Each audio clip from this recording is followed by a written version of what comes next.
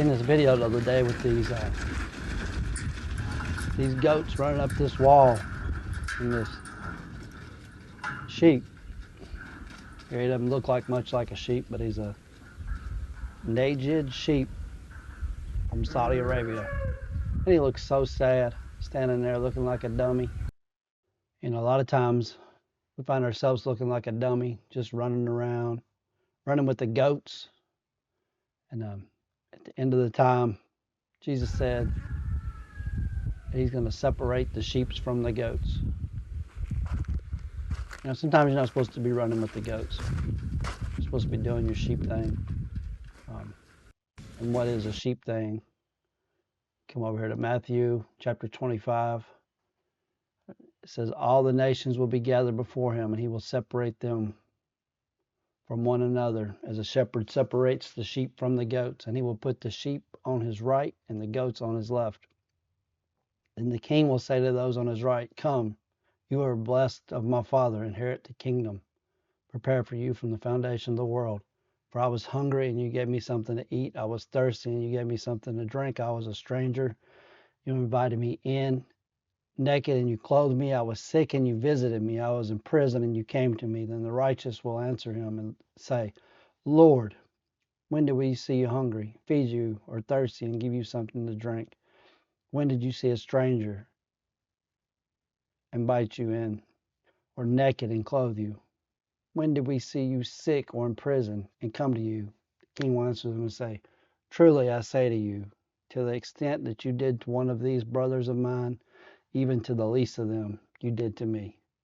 And then those on the left, depart from me, accursed ones, into the eternal fire, which has been prepared for the devil and his angels. For I was hungry, and you gave me nothing. And he goes on, says the same things that the righteous did for him. The ones on the right did for him. The ones on the left didn't do nothing for him. And, so it looks like helping people is not optional. And go over here to James, which is a book everybody loves. James chapter 2. It says, what is it, my brethren, if someone says he has faith but he has no works? Can that faith save him? If a brother or a sister is without clothing and in need of daily food, and one of you says to them, go in peace and be warmed and be filled, and yet do not give them what is necessary for the body, what use is that? Over here in James chapter 1, he says, pure and undefiled religion in the sight of our God and Father is this, to visit orphans and widows in their distress, and to keep oneself unstained by the world. It says to be a doer of the word, not just a hearer.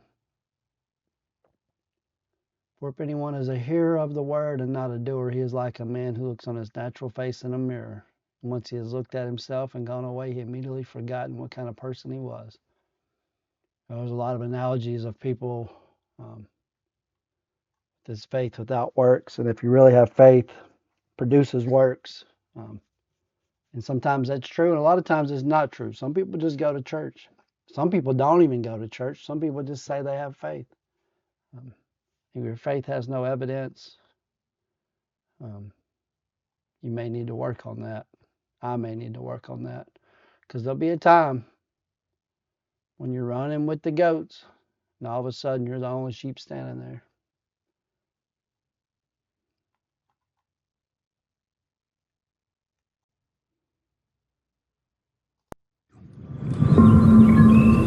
When the Son of Man comes in his glory, and all the angels with him, then he will sit on his glorious throne. Before him will be gathered nations, and he will separate people one from another, as a shepherd separates the sheep from the goats. And he will place the sheep on the right, but the goats on the left. Then the king will say to those on his right, come, you who are blessed by my Father, inherit the kingdom that has been prepared for you from the foundation of the world. For I was hungry, and you gave me food. I was thirsty, and you gave me drink.